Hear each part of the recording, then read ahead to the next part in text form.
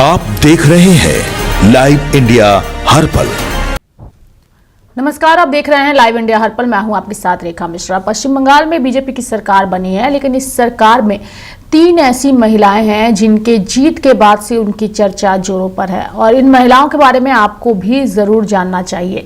भाजपा ने उन महिलाओं को चुना इस बार बंगाल में चुनाव लड़ने के लिए जो या तो किसी अत्याचार की शिकार हुई थी या फिर आर्थिक तौर पर किसी के घर में झाड़ू पोछा और बर्तन करती थी, या फिर बंगाल सरकार से उन्हें न्याय नहीं मिला था इसलिए वह चुनावी मैदान में थी।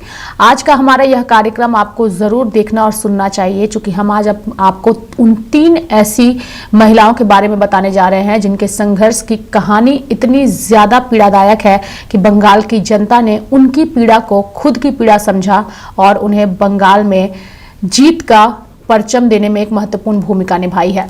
अगर हम बात करें रत्ना देबनाथ की, रेखा पात्रा की और साथ ही कलिता मांझी की, तो इनका इतिहास और इनके बारे में आपको जरूर जानना चाहिए, क्योंकि इनकी कहानी ना केवल आपको प्रेरित करेगी बल्कि इनकी कहानी आपको बतलाएगी कि कैसे सिस्टम से लड़ करके सिस्टम से न्याय ना मिलने पर इन महिलाओं ने खुद सिस्टम में शामिल होने का सोचा और आज भाजपा की सरकार में वह शामिल हो गई हैं एक विधायक के तौर पर।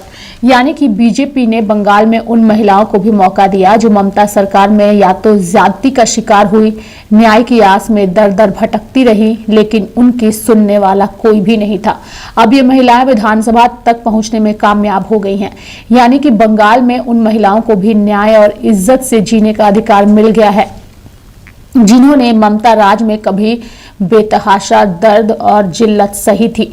बीजेपी ने इन पर भरोसा जताया और टिकट देकर चुनाव में उतारा। यानी कि विधानसभा चुनाव में संदेश खाली की रेप पीड़िता रेखा पात्रा, आरजी कर जूनियर डॉक्टर की मां रत्ना देबनाथ और घरेलू सहायिका का काम करने वाली कलिता मांझी ने जीत हासिल कर मानो अपने हक की लड़ाई जीत ली है। इन महिलाओं को टीएमसी के खिलाफ बीजेपी ने चुनावी मैदान में उतारा था और ये महिलाएं अब विधानसभा में दूसरों के हक की लड़ाई लड़ने के लिए तैयार हैं। रत्ना देबनाथ यानी कि आरजी कर मेडिकल कॉलेज में रूप और हत्या का शिकार हुई जूनियर डॉक्टर की मां है। ममता बनर्जी के सीएम रहते उनकी बेटी के साथ हुई दरिंदगी ने पूरे देश को झकझोर कर रख दिया था। अपनी बेटी के लिए न्याय की गुहार लगाने वाली मां रत्ना देबनाथ को बीजेपी ने उत्तर 24 परगना जिले की पानीहाटी विधानसभा सीट से चुनावी मैदान में उतारा था। रत्ना ने टीएमसी उम्मीदवार तीरथ कर घोष को 28,836 वोटों के भारी मार्जिन से हरा दिया। वहीं सीपीआईएम के उम्मीदवार कलतन दास गुप्ता भी काफी पीछे छूट गए। बता दें कि रत्ना देबनाथ को कुल 87,977 वोट मिले। रत्ना देबनाथ ने चुनाव प्रचार के दौरान अपनी इस निजी त्रासदी को बंगाल की महिलाओं की सुरक्षा के लिए एक नैतिक लड़ाई बना दिया। उन्होंने भावुक अंदाज में कहा था कि यह चुनाव सिर्फ वोटों के लिए नहीं बल्कि उनकी बेटी के न्याय और बंगाल की बहनों की सुरक्षा के लिए है। रत्ना ने आरोप लगाया कि बंगाल की महिलाएं एक ऐसी सरकार के तहत पीड़ित हैं जो उनकी चीखों को अनसुना कर देती है। दूसरी ओर संदेश खाली गैंगरेप रेखा महापात्रा जो है वो भी अब बीजेपी के विधायक बन चुकी हैं। रेखा महापात्रा संदेश खाली गैंगरेप की पीड़िता है। बीजेपी ने उनको हिंगलगंज से चुनावी मैदान में उतारा था। रेखा ने टीएमसी उम्मीदवार आनंद सरकार को 5,421 वोटों से शिकस्त दे डाली। बता दें कि बीजेपी ने 2024 के लोकसभा चुनाव में भी रेखा पात्रा को बशीरहाट लोकसभा सीट से उम्मीदवार बनाया था। तब वह जीत नहीं सकी थी, लेकिन विधानसभा चुनाव में रेखा पात्रा ने टीएमसी उम्मीदवार को हरा दिया है। दूसरों के घरों में बर्तन धोकर अपने परिवार का गुजारा करने वाली मालिता मांझी अब दूसरे कमजोरों की आवाज को बंगाल विधानसभा में उठाएंगी। यानी कि औसग्राम से बीजेपी के टिकट पर चुनाव लड़ने वाली कलिता मांझी ने टीएमसी उम्मीदवार श्यामा प्रसन्ना लोहार को 12,535 वोटों के अंतर से हरा दिया है। 2,500 रुपए के बदले दूसरों के घरों का काम करने वाली कलिता अब विधायक बन गई हैं। 2021 में भी उन्होंने विधानसभा चुनाव लड़ा था, लेकिन वह टीएमसी के अभेदानंद थांडर से 11,815 वोटों से हार गई थी। अब विधानसभा में वह कमजोरों और गरीबों की आवाज बनेंगी। बता दें कि 294 विधानसभा सीटों वाले बंगाल में बीजेपी गठबंधन ने 206 सीटों के साथ प्रचंड जीत हासिल कर ली है। वहीं टीएमसी को 81 सीटें मिली है। आरजी कर रेप पीड़िता की मां रत्ना का चुनावी सफर चुनौतियों से भरा रहा।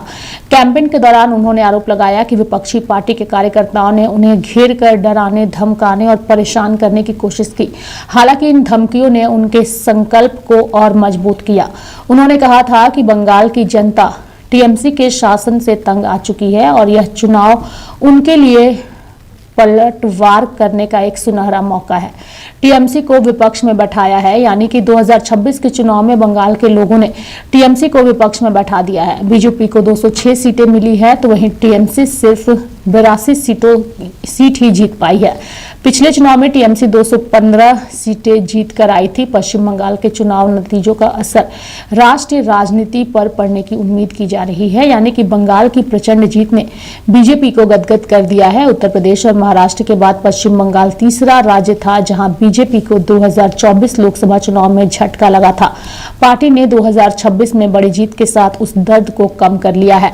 वहीं आरजी कर मेडिकल की छात्रा की मां जो है बेहद खुश हैं और जीत के बाद उन्होंने भी अपनी प्रतिक्रिया व्यक्त की है। আমার মেয়ে আর এখন আমার মেয়ে একা নয়, সারা বিশ্ব তাকিয়ে আছে পানিহাটির দিকে। আমার মেয়ে সারা বাংলায় পদ্মফুল ফোটাবে। এই ভোটটা সেটার জন্য বললাম ন্যায়ের লড়াই, আর এইটা যে লড়াই আমার এখানেই থেমে থাকবে না।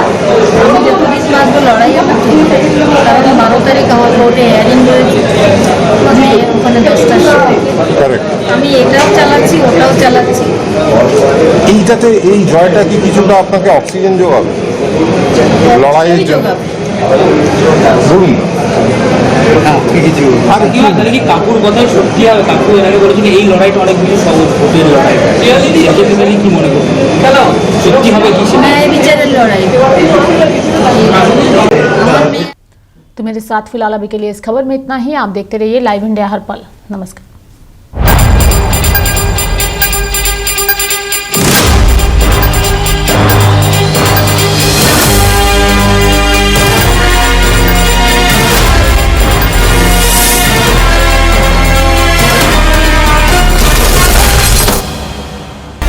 आप देख रहे हैं लाइव इंडिया हर पल।